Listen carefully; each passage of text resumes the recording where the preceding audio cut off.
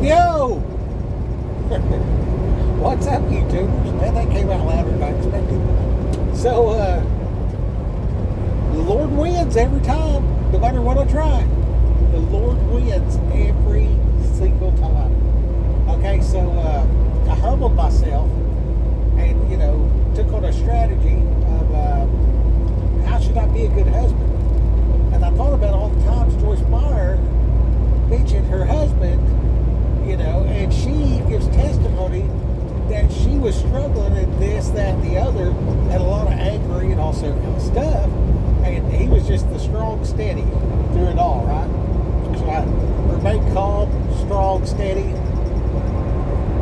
Pointed out that I understood my wife's frustration and stuff, and so that was good. Lesson learned. Lesson learned. And as luck would have it, the freezer or our refrigerator quit. Now, right before her mom passed, she got a new refrigerator that filled up this wide spot in the cabinets. It's got to be a little bigger than regular, or it looks goofy. And then she wanted white because they don't like the fingerprints on the stainless, so that's a big deal. And the freezer quit, so it's got a recall on the compressor, but you got to put $500 down for the technician to come out and do the work. And I'm just thinking to myself, okay, is it really $500 to change out a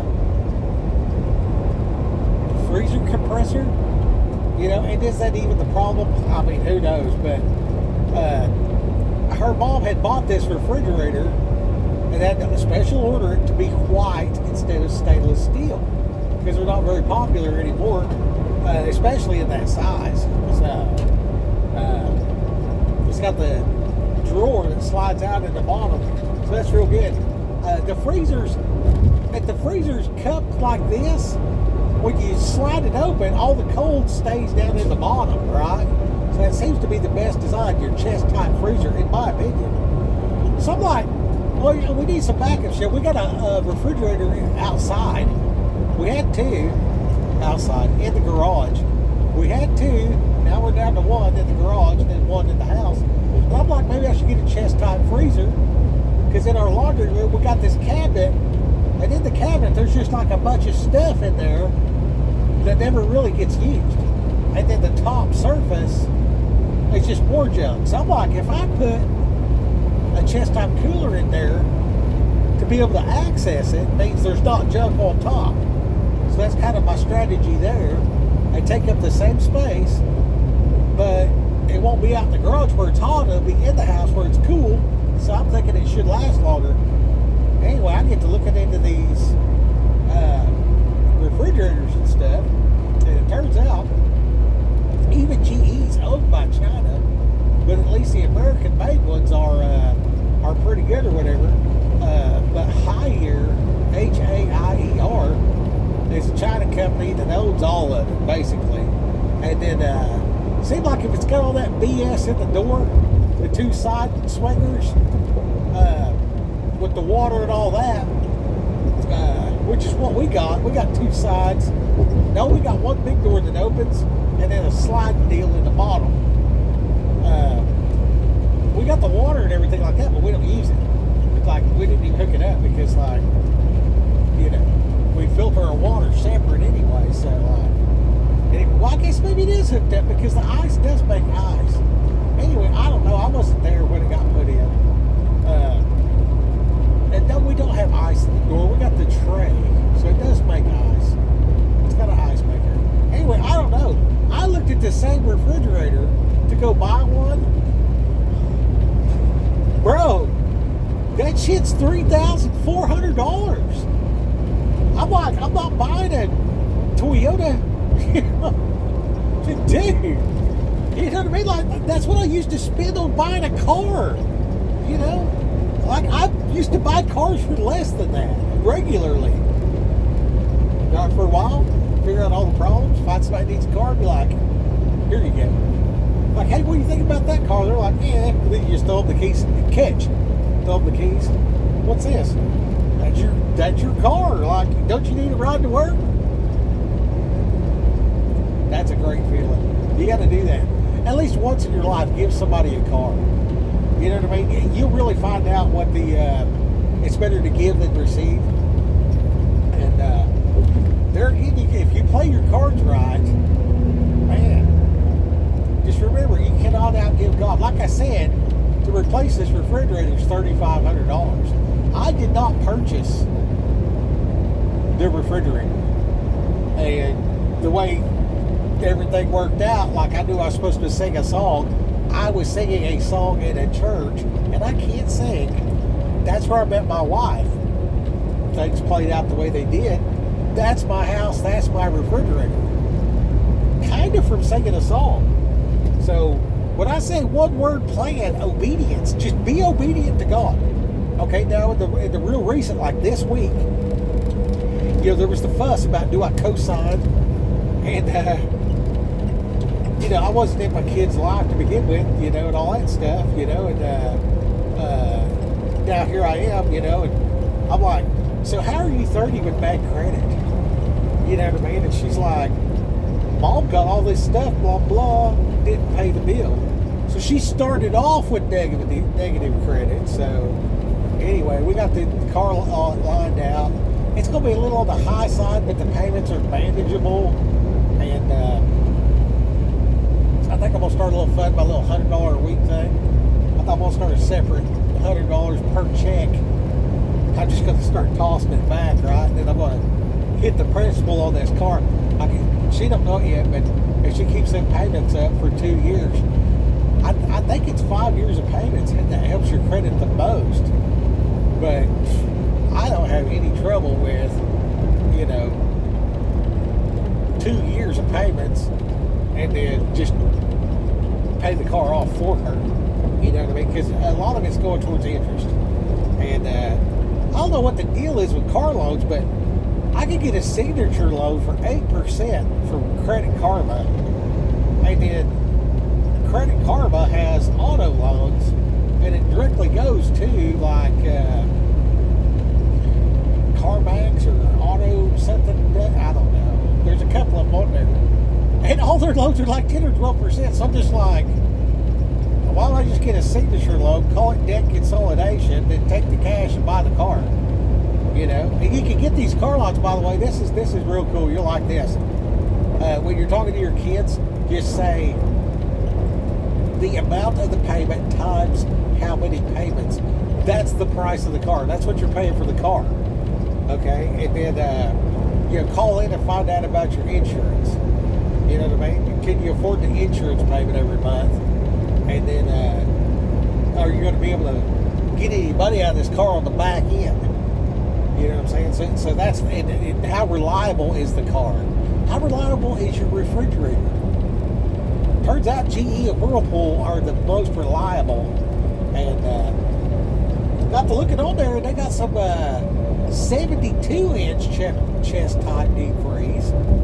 And then they got the little deep freeze. So I was thinking get two. But one in the garage, one in the house. And then like the dirt cheap ones are like $170. So I'm like, 170, it's going to quit me every 5 years, So like, what if I put one in there and I'm using it? The other one, I just don't plug it in. But this one craps out, take that step, put it in this one, plug it in. Because it's small, maybe I can run it off a generator if the grid goes down. And it being chest type, with proper planning on the way in, it should stay cold longer. I can plug it in, make sure it's nice and cold, just schedule, get stuff out of the freezer once a day at the coldest part of the day, open it up, strategically grab all the stuff I need out of it, close the lid, plug it back in, let it refreeze or whatever like that. Sounds doable in my head, you know what I mean? So like, do I need this great big one for $1,000 or the one that's big to me, but I can crawl in it and lay down, and they got one of them for they got one on sale at some appliance place for $900, And they said look at the back of the freezer, and if that metal is thick, they didn't cheap out. But if the metal's thin, all the internals is shit.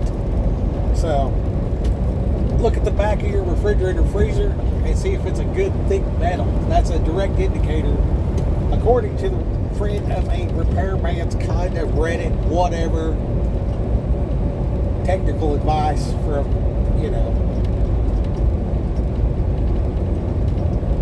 It stands to reason though. If they're going to cheap out, put a little bitty old thing. Like if you go to Home Depot, you're looking at freezers, you're looking at the back of them. There's all these, one's plastic, a couple looks flimsy, and there's another one that's thick. It's probably got better internals. I mean, stands to reason. And the technician said so. That's maybe. And then I looked at the reviews. I'm like, most reliable, it's like GE, 12 to 20 years. I'm like, 12 to 20 years? When I was a kid, we had the same refrigerator my whole life. Well, I guess I left the house when I was 13, so yeah, I guess that stands to reason. Like, we got a used refrigerator we got for $50, and it lasted the rest of the time that I was growing up.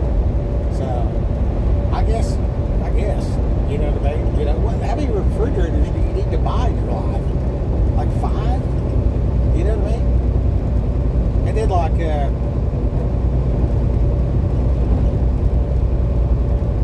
the Lord provided. I was able to call. You know what I mean?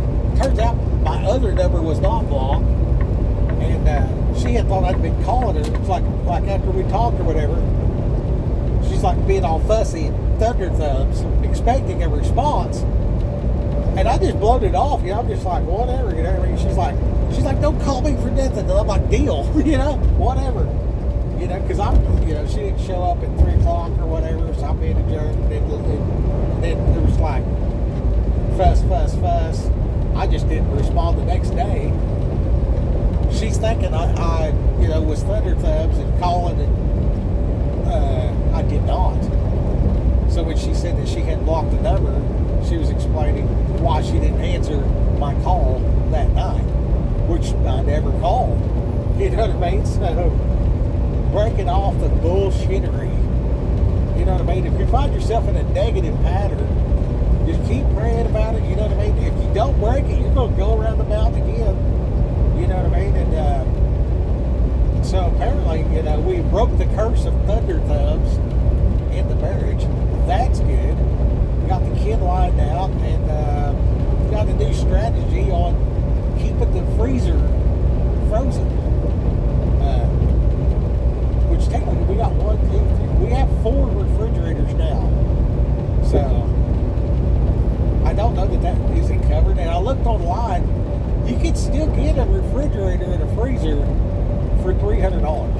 And those chest top freezers, dirt cheap ones, $170. The good GE that's going to last at Lowe's, you can get them for it's about $350, $400. So 2 of them is $800, and then one you can lay down in is $800. You know what I mean? So you get 2 little ones or 1 big one. And I'm thinking I'm going to get the 2 little ones and just like not plug one of them in. I'm not sure why, but that's like where 2 is 1 and 1 is done, I guess. But I already have 4, so I don't know. I just want to like Superman this deal, coming off the argument, and add security and stability to the house. Also add more capability to the apartment. Maybe the renters would appreciate a chest type freezer as well. I don't know, like what's the monthly maintenance on that? How much is you got your upfront cost? You know what I'm saying? So like, how long does the $170 one last? 5, 10 years. The other one lasts 10 or 20. So for double the price, like what am I buying? Peace of mind? And then there's 2 of them. So, if I do the 170 twice, and I'm like $500 into this thing. Got one got one set, got one plugged in, using it, and then like, where's all this meat coming from? You know what I mean? Like, why do I need all this stuff? You know what I mean? Like, how put it in the comments. How big a deep freezer do you need? You know, because like, I'm only going to process a sheep or a goat, a deer. I'm not going to process a cow. You know what I mean? I'm just not going to do it. And my neighbor already does that, and we got it all set up with him where, he gets butchered and everything. And we just get meat off of him or whatever. I'm on the road, so I'm out here eating this, who knows what, the Walmart food, because like you can't park a truck just anywhere. And like that lamb I just got, there's 2 chunks. It's already seasoned with rosemary and everything, and it was marked down to $6.17, and I bought 3 of them, and that filled my whole pot up with meat. And I pieced it out, made some rice with the juice, added all my spices. So now I got a bag of rice with a cut up lamb in it. The other half, a full quart-sized bag of cut up lamb. I can cut it against the grain, because you can't tell how old it is. Like, they call it lamb, but it's probably mutton, because it's pretty good size. So if you cook that, fillet the fat off of it, toss that, and then cut it against the grain into real thin, like half the thickness of my finger is how thin I cut it against the grain. And then like toss a piece in your mouth, and you bite it about twice, it just falls apart. It's so good. And then because I cooked it, I know it's cooked. Then it goes in the bag, or it comes out the pot in the bowl. It sits there, cools down. Then I fillet it up and everything while I'm making the rice. Throw some back in the rice. Any of the drippings and water from setting in the bowl, pour that in there with the rice too, right? So I'm keeping all my nutrients, but I'm also bringing everything up to a boil, right? So then with the rice cooked, to a pretty good degree, I just turn the fire off to save on the propane, and let that expand. That fills a whole gallon bag. Like, you get a small bag of rice, a little 2-pound bag of rice, you want to do it half and half. That's 2 cooks. You take a pound of rice and cook it in a Dutch oven, adding whatever type of meat. Cook your meat to flavor the rice is excellent, and you're keeping all your nutrition. Now the next thing I'm going to get is some liver for the nutrient content. So I'm going to get some liver, and I'm going to cut that up and everything, and I'll just take that cheap beef liver, throw it in the pot, cook it till it's done. Dump that juice, just dump it, you know what I mean? And then I'll cut that up real good, throw me some onions in there. Got my liver and onions going, so now I can do my liver and onion, lamb, and egg, and do that morning after morning. Get about 6 or 7 breakfasts out of that. It's basically just heat and eat. And I'm cooking my lamb just past pink, and I'm cooking my liver actually done. Because the liver, it just kind of hits different. And then because it's lamb, it doesn't taste it, and it's rosemary flavor. Like, it's got the stick in there. So it tastes a little different already. And you get used to it after a while. But if you got a picky person that you're trying to feed this to for their nutritional goodness, you can't feed them liver and onions. They won't eat that shit. But if it's lamb and eggs with sauteed onions, they'll eat that all day long, and they don't know no different. And that's how you get your picky family members to actually eat. And it's difficult, especially if you trick them like that a couple of times. They won't, they'll be very suspect. You know what I mean? But cut that lamb up or that liver up real small, and add it to your like I did an egg, 18 eggs, pound of turkey sausage, and 2 pounds of hamburger meat with egg. You know what I mean? They're just like all the leftovers went into breakfast tacos, right? Dude, you could feed like 4 tacos, probably 12 people.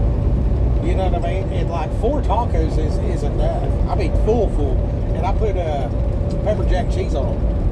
And then if you want a crispy street taco, you want your olive oil or your coconut oil. And they do taste a little different. So you got to figure out what you like and, know your crowd. And then more for the breakfast, you want to go with a good butter. I like that Kerrygold butter that is salted, not the unsalted. The salted tastes better, and I'm on such a cook it myself or don't eat it type of diet. Like the only thing I buy at the truck stop to eat nowadays is boiled eggs. Boiled eggs and the Michelob Organic in the bottle. You'll find it's not everywhere. You know what I mean? So that's how I know, if I can have a couple beers. You know what I mean? Because I'll go probably 2 weeks before I find a place that even has it. You know what I mean? So, grab some, 6-pack. You're forced to sit for 10 hours, right? I don't know about you, but I can drink a 6-pack of beer in 30 minutes to an hour. You know what I mean? And not even catch a buzz. Maybe a little one, but not way different than getting drunk. And on some days, when you get out here on this road and you're going and doing it, it's hot, you're going to take a leak and your nose is plugged up and you can smell it still, and it looks like, somewhere in between orange juice and coffee. It's like, I'm not drinking enough water. You know what I mean? And on days like that, drinking a 6-pack of beer to flush through is good. And I was a roofer, right? And then I got to where I wouldn't drink. And we got back on the roof, and I was just petering out, And then the guy come out one day, and he's like, hey, y'all want some beer? Everybody's like, man, let's have a beer. I'm like, okay, fine, whatever. And I drank one. Boom. Instantly felt better. Crazy. So if you're I'm no scientist or anything else like that, but we used to call it pork chop in a can on the roof, and we would literally drink 2 beers, like tear the roof off, fill to the end, start roofing, get it loaded, all the stuff's up there, come down off the roof, eat a sandwich, drink 2 beers, get up there, nail on the roof, leave at 2 o'clock. So we're drinking 2 beers at 10:30, 11 in the morning, and then the bubbly drinks will make you sweat. Okay, so if you drink a can of Pepsi, it'll make you sweat. If you drink a can of beer, it'll make you sweat. If you're roofing a house, you want to be able to sweat. You know what I mean? If you're walking across the desert, really dry, really hot, you want to be able to sweat. So, of course, you want your, electrolytes and all this kind of stuff like that. But don't underestimate a snort of pickle juice and drinking 2 beers. You know what I mean? And if you drink 2 beers and catch a buzz to the point that you can't operate, then I don't know what you're doing roofing a house to begin with. Like, you're not physically capable of roofing. Like, you're too small, too young, too female, something. Like, you're not up to the task. Like, let somebody else do it. You know what I mean? And get your weight up a little bit before you try to do that, because the roof will kill you. It will kill you. Like, you'll die. Like, I'm not even kidding. I'm not even kidding at all. You go out there and you put about 5 skeins on that mop handle, and you dip that subbitch in that hot tar at 550 degrees. You pull out of that kettle and you sling that subbitch out there in a V8 pattern, pull back on your line and swap over, pump it a little bit, go like this, and pull that thing back, and then lift it back up and send it in your deal, in your tub. Bro, you got to do that. Then you got to turn around and shoot and go this way with it. As soon as you're done coming off of that, the next guy mopping, he's coming back at you. This guy's already begun to roll. Step back. Okay, we're going to make sure we got all our hot ready. Here we go. We're doing it again. You know what I mean? And then you got another guy. He's just like carrying 5-gallon buckets of hot tar, walking up behind the guy with the mop with the 16-foot handle, talking about hot. That way they know you're behind them. The mop handle ain't got no eyes. They'll swat you with that handle and say that. This mop handle ain't got no eyes. Just start wiggling it around. They just all over the place. Letting the guy carry it hot. No, look, man, it ain't that personal, but like, you know, if I hit you in the head with this stick while you're carrying 10 gallons of 550-degree tar, I mean, what could go wrong? You know what I'm saying? And like, if you're in the process of doing that, and you have to work like that for, you know, and that's more flat roof instead of residential. That's, you know, you leave before the sun comes up and you get home when the sun goes down. When I was in Florida, I lived in my apartments for 2 months before I had a day off during the day, and I came home and the buildings are pink. I was like, these buildings are pink. They were like, yeah. I was like, I had no idea. Because some reason, like, in South Florida, they paint all the houses pastel colors, and then they don't have vinyl siding. They're all concrete. So if you remodel a house and put that wire lath on there where you can put the stucco, it's the little corner pieces for the corners what it is. But you'd run them along the house, pop your lines at 8 inches, and then put that on there. The house looks like vinyl siding, but it's all stucco. And just that takes a, you know, $450,000 house up to a $650,000 house. You know, I remember Dennis bought that house next to it. Well, it was the next over, but on the opposite side of the privacy fence. And he's like, yeah, I got that house for $275,000. I was like, dude, that's a burnt out shell. He was like, dude, watch.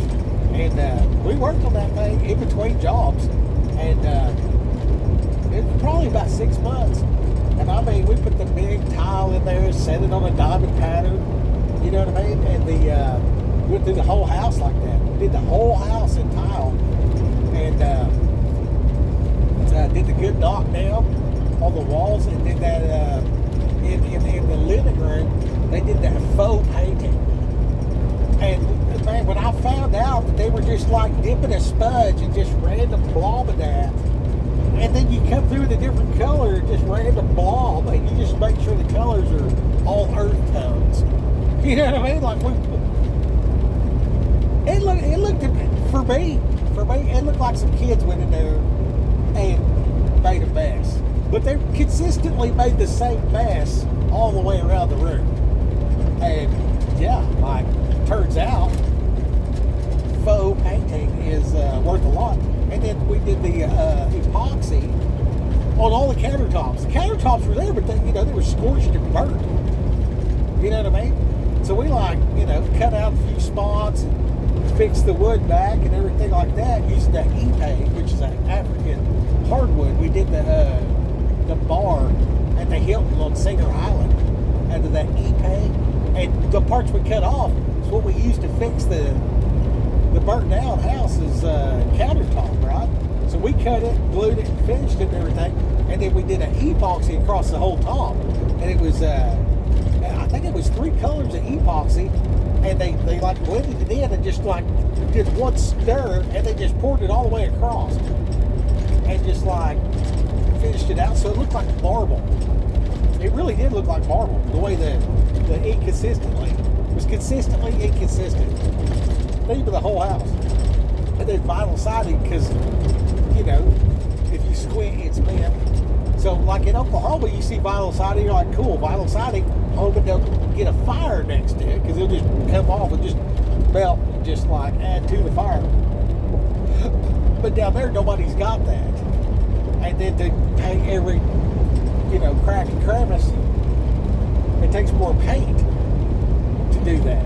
And the little touches, doing a little this, extra this, extra that. You see some of that in Texas as well, depending on what neighborhood you're in. And instead of just having a flat ceiling, you just you go in there and you just frame up the rafters to hang your drywall, and then you just cut out that section. You know what I mean? So you can just go up there, and for real, if you're remodeling a house, in the middle of the big room, just look, take the ceiling out, and just look up there, and put you a 2x6 up there, just whatever length they come in. You know what I mean? And just make a square in the center of the room like that, and frame it up, and then take your sawzall and cut out the bottom of the rafter, and you can recess your ceiling fan and put your can lights in there and stuff like that and everything like that. Now and then after you do that, you put your drywall, put your crown molding up in there. You know what I'm saying? And then all your you can do your communication lights, like a lot of this stuff that, like when it's like if you're in your garage, you know what I mean? The walls are concrete, right?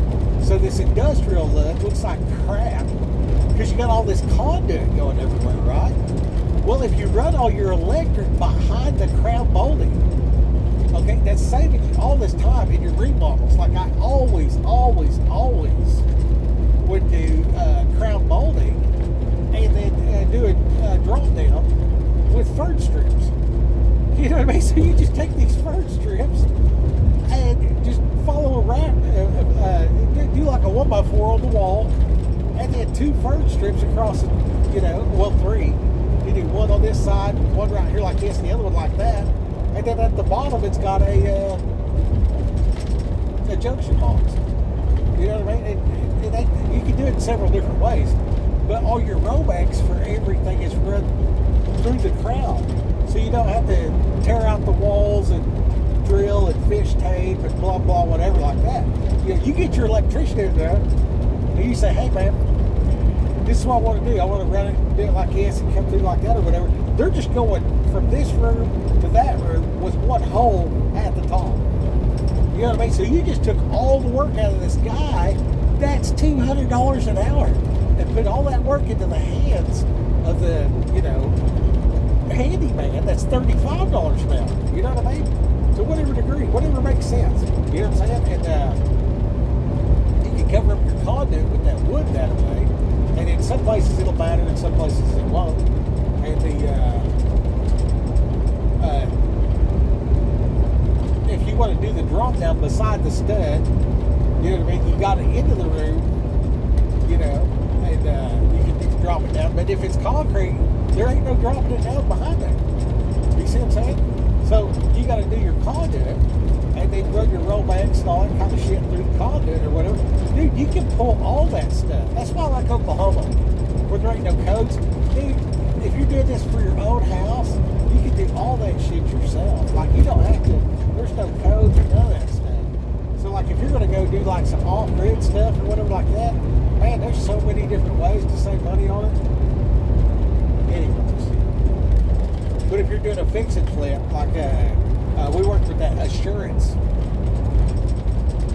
not insurance, assurance, fire, wind, and water. We go to these houses, man, and I mean, there's just twigs left where this thing doesn't burn up. And we go in there and just rebuild the whole thing.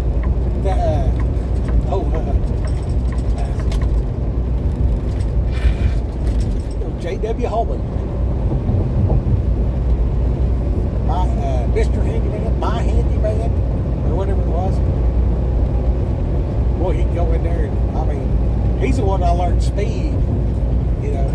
He said, well, we're going to throw these cabinets in and slap some paint on the wall, and everything was just like, get her done, get her done, get her done. I did, like, there'd be a ton of punch out. We'd just go to the next job.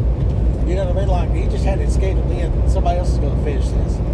You know what I mean? And other places, like being down there in Florida, oh my God, I see this dude. He was actually in the carpentry union. And I mean, this dude wanted to pop a chalk line for every row of shingles on these 3 tabs. I can understand going straight up and then working your way off of it.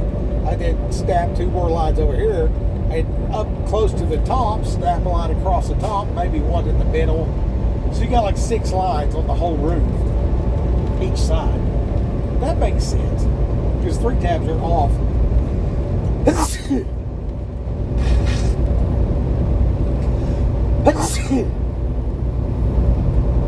And that's one of the things, like when you walk up to your house, you're considering buying a house or whatever, it's got the 3 tab shingles, walk up there and just look straight, and then look at a 45, do all the lines match. And that guy took the time to match all those lines. He took the time to put the nails in the right spot. The way it looks is an indicator of the craftsmanship. So, you know, you walk up to one and all the lines are in the right spot. Yeah, he probably did it right. And then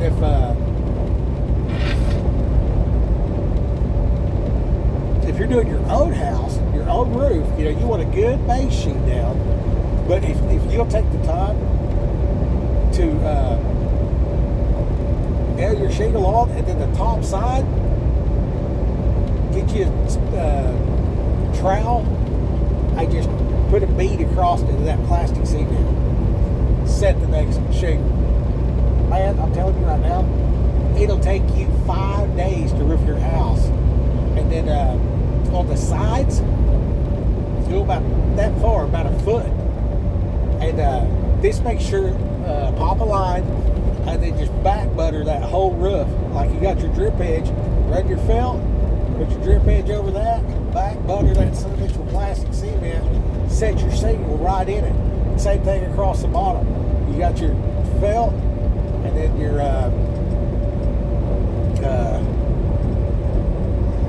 drip edge, and then you want to spray the primer on your drip edge. That way the plastic cement will stick. But now you got this thing glued down, and held down on the edge. Okay, so whether or not you lose your roof in a high wind, like a hurricane, is whether or not it flaps.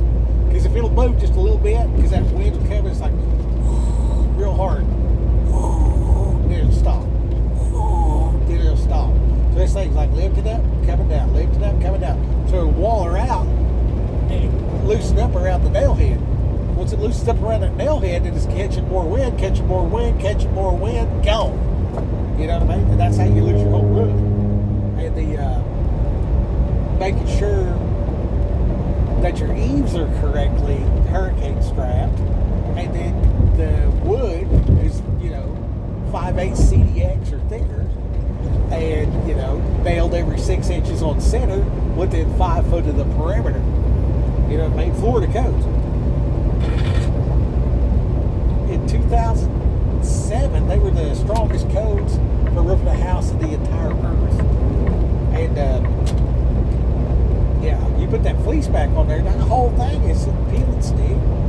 So it's literally glued to the wood. That is your base sheet. And then that foam that they spray on there, that's the same foam that they used for the tile on the freaking space shuttle. You know what I mean? So unless you're on re-entry, because you blowed your house up, it'll probably stick around. Anyways. But yeah, I know all kinds of stuff about that roof, man. I'm telling you right now. I can put a roof on, literally, I could literally come roof your house and make it last 400 years. And here's something else, and people don't give this near enough thought. Plate steel, 10 gauge plate steel, like the angle iron that's on your 16-foot trailer, not a pine cop trailer, an angle iron trailer. That thickness, you can get that in a sheet. You can put that on top of your rafters and weld that subbitch together and watertight, and spray it with primer, and then spray it with paint. And if you'll keep it from rusting by re-upping your paint every 2 to 8 years, bro, it's, you know what I mean? Like, why not? You know what I mean? There's your decking, there's your roof, the whole thing. Like, how much does that cost?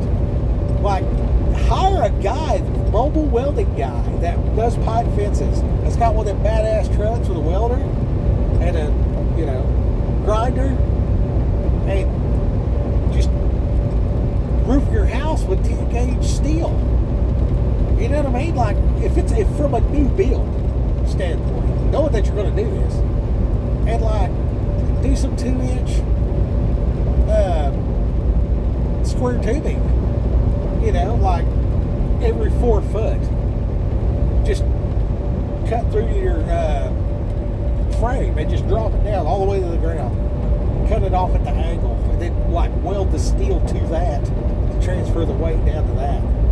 You know what I mean? Might not have very good cell phone coverage, but with a copper line into the ground, we're getting close to Faraday cage. You know what I'm saying? And fun fact, every place I move to, wherever the meter is, the smart meter, I cut out the drywall, pull it off, and if you go to ABC Supply, they got this big, it's like a 3 foot by 3 foot sheet of lead, and it's for putting in drains on the commercial roof. Well, I take that sheet of lead and I nail it in there, and then I put the drywall back in the hole and refinish the drywall so you can't see it. And that lead shielding stops the radiation from the smart meters. Now, why that's not a code, I have no idea. You know what I mean? But we had a guy, hell, I was in jail. I was in the county jail. He's talking about headaches and stuff. And he said, well, I never had him until I got that smart meter. I said, where's the meter at? He's like, it's on the side of the house. I said, how far is your bed from there? He said, probably about 8 feet. I was like, is your bed up against the same wall? He's like, yeah, but it's a little bit further down. I said, okay, well, go sleep in the other room. Sleep on the couch for a week. When you come back next week, tell me if you got a headache. He came back, he did not have a headache. So that's what I said. I bet you could lead shield that, and that's why I came up with that idea. And every house I've built since then, there's really 3 main things. I want to exit for egress under duress that's unknown to the public. Even the assessor, the county assessment, especially, like, it's not on the plans. Nobody knows this.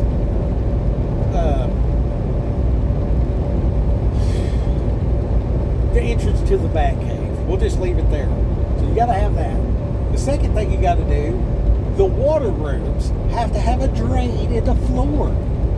So in your kitchen, put a drain in the floor.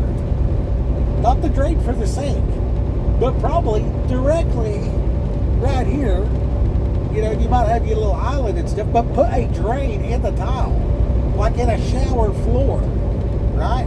And then in your bathrooms, if it's got a bathtub, put a drain in the floor, like right there by the commode, right? So you spill water in the kitchen, it goes down the drain. You spill water in the bathroom, it goes down the drain. If you do a walk-in, and the way that you do that is they got this, it's called a Schluter system. You can look that up. It's spelled Schluter, and you waterproof the whole slab with this membrane, and then you put your tile down on top of that. And of course, you got a hole for your drain. You see what I'm saying? That's what ties into your system. And your system will be there close for your sink. Your system will be there close for your commode, right? So shitter, extra drain, sink, extra drain. At least one in the floor per room, right? And then make sure that whatever the drain cover is something that you put down and you screw it in. That way you can remodel and change the drain cover. You know what I mean? Like it gets gross or whatever, or it rusts, or the next homeowner wants a different style. You see what I'm saying? There needs to be some type of drain with a cover that you can, that's universal, right? So, and now, like, you know, you're out of town, everything freezes, then warms up, thaws out, starts leaking. You're still going to lose your cabinets and stuff, but it's going to go out the drain, especially in your second story.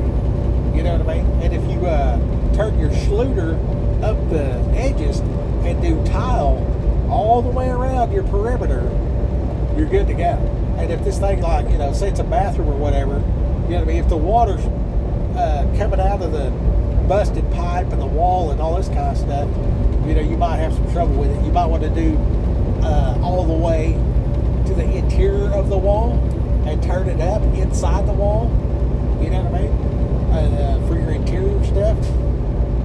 That way it's also protected. So, you know, you can go like that inside there, it's all good.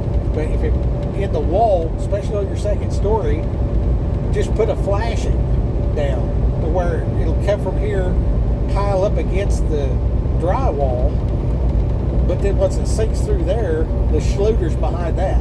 So schluter up the wall, and then a flashing over the wall this way. Then your drywall, then your tile. And use your tile for your base board. You see what I'm saying? So now the pipes in the wall is coming down, coming out. Everything in here is coming out, coming out.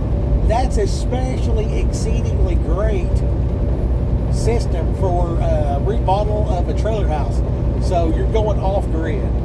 And these trailer houses are built with that particle board that just falls apart when it gets wet. So you go to one of these places that has old trailer houses, and you can buy a house with a messed up floor and plumbing for around $1 if you'll pay them to haul it out there to your place. That's $2,000, right? So for under $4,000, you can get this trailer house put out there on your off grid or whatever. You're going to have to redo the bathroom and the kitchen floor because it got wet and turned to crap. So when you do that, that's when you install your schluter going through your proper 3/4 inch plywood at a minimum. And then, yeah. And while you're in there, you can, you know, scab a 2x6 here and there where it's supposed to be because, you know, that's what they were built on. And then put in your house grade cabinets, not your, because there's a big difference when you go from a house to a trailer house, like all your plumbing, all your equipment, stuff like that. So if you're remodeling a trailer house, you want to go with house equipment, because later on down the road, when you go somewhere to get supplies, there's going to be supplies after the apocalypse left over at the, you know, getting place, way more so than this specialized, you know, trailer house stuff that's not nearly as readily available, right? So you want to go back with house appliances, house plumbing, you know, and that, I forget the name of that plumbing, but it's flexible and stuff. But if you got the money, dude, go back to copper. Go back to copper and do a full filtration system before it goes into the house. And do copper for everything in the house. You know what I mean? And foam cover all your plumbing, that way it don't freeze. You know what I mean? And then on the outside of your structure, I like stucco because stucco can take a lot of heat.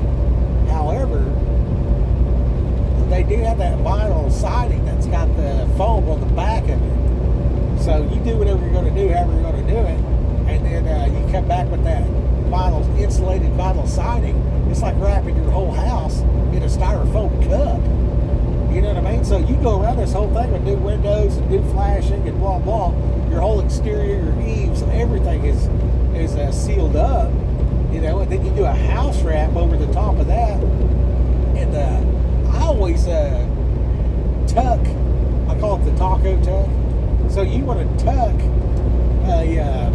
or leave it hanging long and staple on all your house wrap, and then, my personal favorite, pull this subbitch up and snap it, and then run your rat poison in there. You know what I'm saying? And you put these little, it looks about like feet, but it's like a bright blue, green. So you put that down at the bottom of that deal, and you just put a little bit and staple it, put a little bit and staple it, and it just folds up like a taco. Well, at some point, a rodent or something gets in there, they're going to come in from the bottom. You know what I mean? And if they get behind your siding and stuff, they'll be stuck up against the wall, and then here's a little gap, you know what I mean, that they're trying to chew their way in. They chew into that house wrap, and this feed-like substance comes out, and it smells like feed. Then they eat that and die before they get in the house. So that's real good. And the dead airspace becomes an insulation. You know, so you're, airtight on this side. You're airtight on this side. You've got your rat poison, and then you got your insulation on the outside of that. And you can get creative in the middle there. Do your house wrap, take the rocks out of your yard, and just begin to stack them. And just blob mud with your hand, and then stack another rock, blob of mud, stack it again. And then attach it to your wall with those little pieces of metal, you know what I mean? And it ain't got to be nothing fancy. It ain't got to be nothing fancy at all. And you can just build this thing up like a rock wall, and guess what? You can still put the siding on the other side. Now, Johnny whoever, and, the builder, all your plans you submitted for a permit, yada, yada, yada, you rock wall and Portland cement style, just kind of, how do you say it politely, common man, jerry-rigged, ghetto style, whatever. And you can just brick it up with just native stone to whatever degree, you know what I mean? And that's for your retention of ambient heat, you know what I'm saying? And the stopping bullets, you know what I mean? So your some of them plate carriers are porcelain, and it's real good until it ain't, because it's been hit several times, right? So if you make this thing out of rock, you know what I mean? And you're picking up rocks, just like you grab a rock by your hand and you're picking it up, you know what I mean? You got a handful of this thing, so it's going to be pretty good size. You know what I mean? Then you blob some stuff on it, you stick another one, then you build this thing all the way up. Every now and then you put it in a long lag screw or something with a substantial piece of metal that you can embed in the mud to hold it to the surface. You know what I'm saying? Then you put you some nailers on the outside of that, and then the insulated siding on the outside of that. Now your wall is that thick with rocks in it. So you're warm on the inside, and you're, going to stay warm because it's the wall inside the wall is warm, or your wall inside the wall is cooled. Whichever way you went with this deal. So your R factor is up against your drywall, and then there's a dead airspace, and then there's rock, and then there's an insulated, basically foam cup on the outside of this deal. You know what I mean? So up until a fire, that's like super duper. You know what I mean? And the thickness of, you got 3.5 inch dead airspace inside the wall, and then you got a 5/8 drywall inside, preferably fire rock, and then on the outside, you just got regular decking. That's probably going to be like 3/8, and then you got the house wrap, and then you got the rocks. Them rocks are that rock wall, man. When you start doing that, you'll find that them rocks are going to be about 10 to 8 inches thick. Just to have enough to stack it up where you can get up the side of it.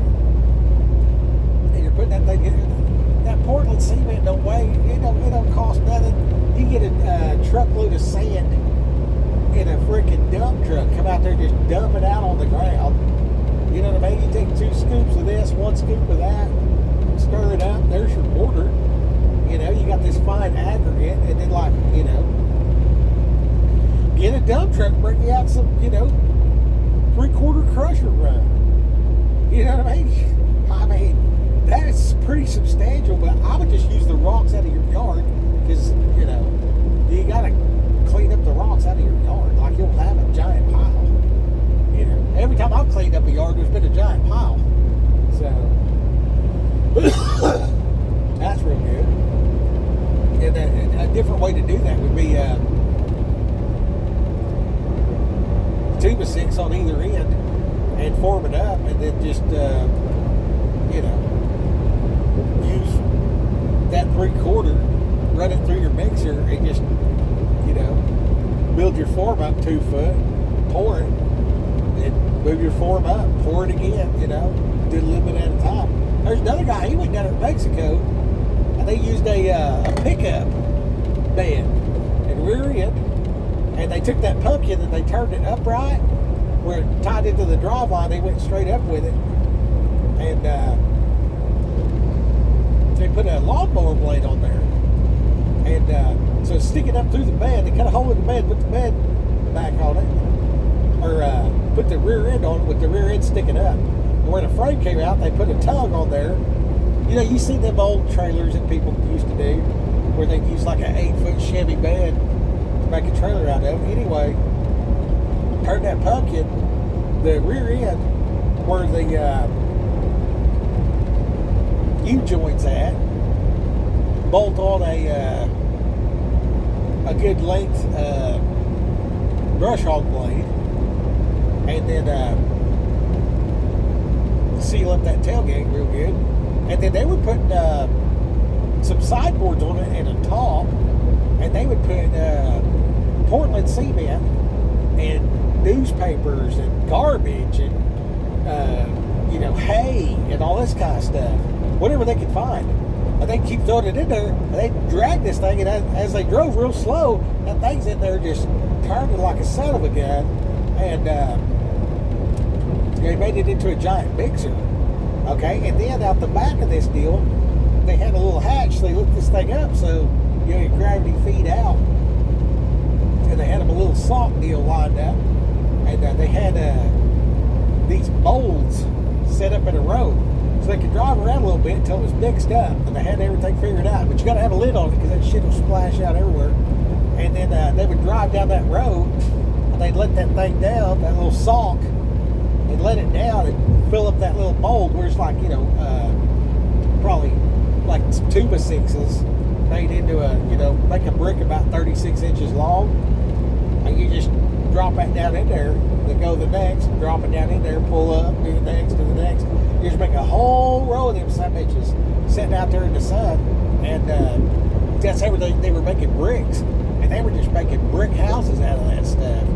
So, dude, if you're already framed up and you're ready for siding, and you started making your own bricks like that, I mean, the money you would save. I mean, I guess it's only $2 for a concrete block.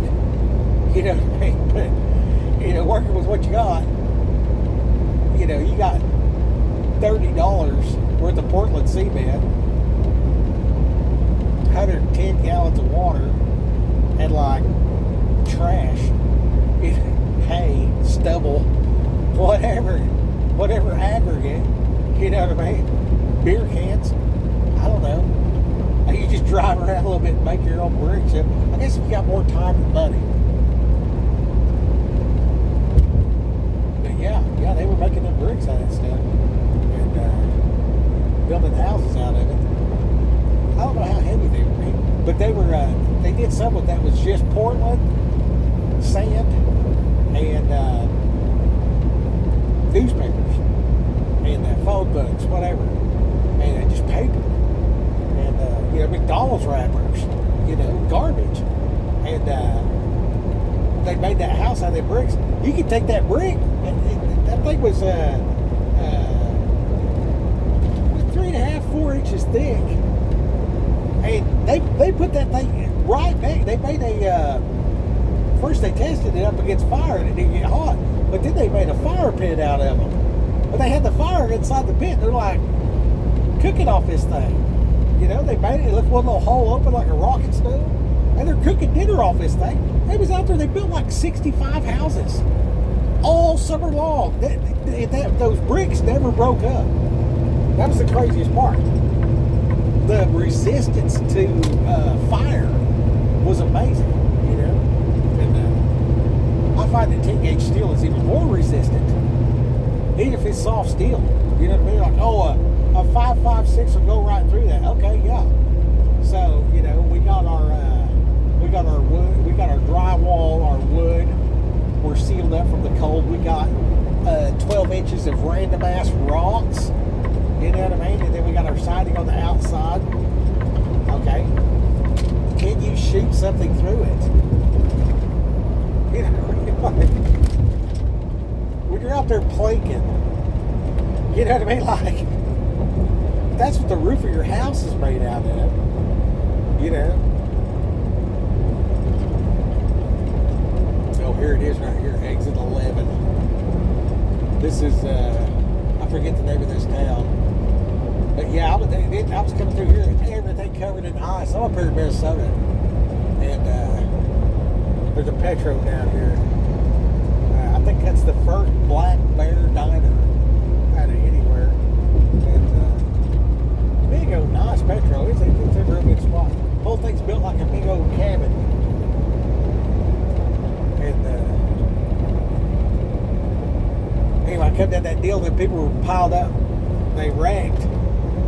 I was driving like that, and I thought, well, I'll pull in there or whatever like that, and I backed out of it and let off the throttle. And sure enough, man, I'm driving. I was thinking about it. I'm checking my mirror and everything like that. I'd probably go about 65, 70. And I looked over to check in this mirror, and when I looked at the mirror, I didn't see the mirror. I see the trailer. The trailer was outrunning me. It was all the way, like, it was almost at the back. It, you know, like here straight. Like, and then like here's like a 90 degree. It was a little more than that. Like the trailer axles were further forward than the drive axles on the truck, and I hadn't felt nothing because the whole thing's on ice, right? And I just reached up there and touched that trolley valve for the trailer brakes. I just eased into it just a little bit, and I just floored the throttle, you know, because it's a diesel, you know. It's like you're only adding so much torque, and if you're giving it throttle, if the cab is pulling and the trailer's trying to slow down, it pulls it back straight. And thank God it did. And the road turns to the right there. And as I'm doing that, I look down there. There's about 8 trucks piled up down there at the stop sign, or somebody was down there waiting, trying to go. And then here comes somebody who couldn't stop and hit him. And then the next guy, boom, next guy, boom, next guy, boom. And then here I come along, and I'm just like, It gets so cold up here. You can drive these, you can drive your pickup out there. And it's kind of funny. Here a while back, they got in trouble because they driving out there, and they take these little sheds. They take them out on the ice, and then they'll cut a hole in the ice. They'll do this ice fishing. And then somebody got in trouble because they were doing like, it's kind of like DoorDash on the lake. And these ladies would bring food or whatever like that. But it turns out they were prostitutes. And they were talking about it online or whatever. And somebody left in the comments, they're like, what kind of bait are you using? So I just thought that was kind of funny. But I've never been ice fishing. I don't know. But this area is known for that, and they drink a lot up here. But there's 2 towns in Minnesota where they will give you a lot if you will build a house, and it's like they're real rural, and so like the concept is come live here, but like don't disrupt the peace, basically. And they're like, if you're cool, if you'll build a house and live here, we'll give you like, you know, a couple acres to build a house on, right? And I forget that. Harmony, Minnesota, I believe is the name of one of them. You can Google it and find out. Anyways, with having a house in Texas, you know, this time of year, 110 degrees, and then up here, it's -40. So I don't want to be up here. You know what I mean? But I always thought that'd be cool to have a Minnesota house and a Texas house. And then I was watching that deal about cheap places to live. And like McAllen, right where I work, like they got houses all day long down there for, $90,000, like a 3-bedroom house. You know what I mean? And there's significant work through the transportation and all that kind of stuff. So I'm like, I need some houses down there on the border. I need some house up here on the Canadian border. But then I'm like, I live in a truck. I don't need a house at all. So there's that. However, if I could do some 9 months out of the year leasing and, have a house in Minnesota and lease that out from, spring to fall, or from fall to the next spring, and 3 months out of the year, I don't rent it out because I'm living there, and then the direct opposite and far, and then keep the house I have now for the spring and the fall. So, yeah, that would work out. And it's kind of in the middle. Kind of close to family ties and stuff like that. Come up here and be a Viking. Just like I'll be the off-season guy. That'd be good. You know what I mean? Because, statistically speaking, America's been around since the, flood. However long ago that was. So, if I get prepared like that to live here for another, 60 years. I'm 45. So I got like 75 years to go. You know what I mean? So, where are my 46? I don't know. Anyway. I don't know. I hate being born in the middle of the year. Like, you never know. It's like the simple math goes out the window. Then you take the time to figure it out, then you forget. I guess it just doesn't matter. It's fine. It's not a priority. Man, it is 81 degrees. And it just, I've been on this thing an hour and 7 minutes with the air conditioner turned off, and it's just now getting hot. You know what I mean? Down there in Texas, it's this hot in the cab 5 minutes into one of these videos. It's pretty cool. I like just reminiscing driving down through here. I can think about, I think, just south of here, I actually was on the news one time. I had the video on. I lost like 300 and something videos off of here.